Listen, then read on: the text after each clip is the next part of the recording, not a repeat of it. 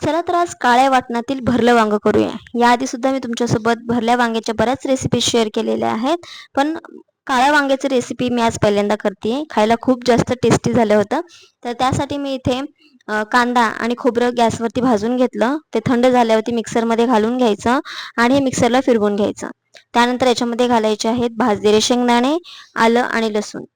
पाणी न घालता हे मिक्सरला छान असे याची पेस्ट तयार करून घ्यायची. वांगी मात्र गावरान घ्यायची आहेत. गावरान वांगी खूप जास्त टेस्टी लागतात आणि बारीक वांगी बघून घ्यायची. इकडे वाटण तयार झालेलं आहे.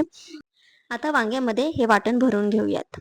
वांग्यांना मधून चीर देऊन घ्यायची. त्याच्यामध्ये कीड वगैरे आहे की नाही ते चेक करायचं. मागचं देठ काढून घ्यायचं आणि यामध्ये हे सगळं वाटण भरून घ्यायचं. कढईमध्ये 2 चमचे तेल गरम करून घ्यायचं. त्यामध्ये मोहरी, जिरं घालून घ्यायचं. ते छान असं तडतडलं की मग याच्यामध्ये कढीपत्त्याची पानं घालायची.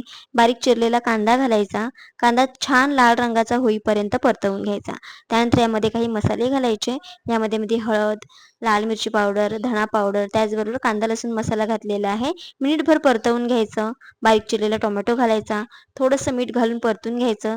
झाकण ठेवून टोमॅटो सॉफ्ट होईपर्यंत शिजवून घ्यायचा.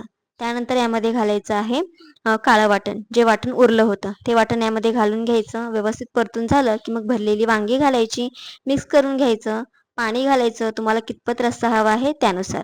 व्यवस्थित मिक्स करून घ्यायचं. चवीनुसार मीठ घालायचं आणि झाकण ठेवून छान असं हे वांगं शिजवून घ्यायचं. बारीक चिरलेली भरपूर सारी कोथिंबीर घालायची. भाकरीसोबत भन्नाट लागतं. नक्की ट्राय करून बघा. व्हिडिओ आवडल्यास